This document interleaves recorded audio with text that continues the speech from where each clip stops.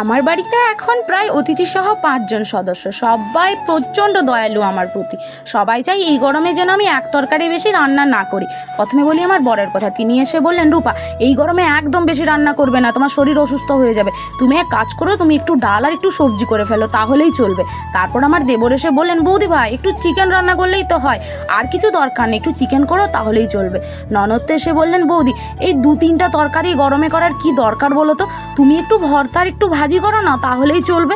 কি বলি আমার ননদ জামাইয়ের কথা, ২ দিন হলো টাইফয়েডে ভুগছে, মুখটা একদম সয়ে গেছে, কিচ্ছু খেতে পারছে না। তিনি এসে বললেন, বৌদি, আমার জন্য কিচ্ছু করার দরকার নেই গরমে, শুধু আমার জন্য একটু সাবুর পায়েস করো না। সত্যি প্রচণ্ড দয়ালু আমার প্রতি। আমরা কিন্তু এক তরকারি রান্না করেছি, জানেন তো। ওখানে হতে পারে চিকেন কষা আছে, সঙ্গে আছে সাবুর পায়েস, সঙ্গে ডাল, ভাজি, ভর্তা।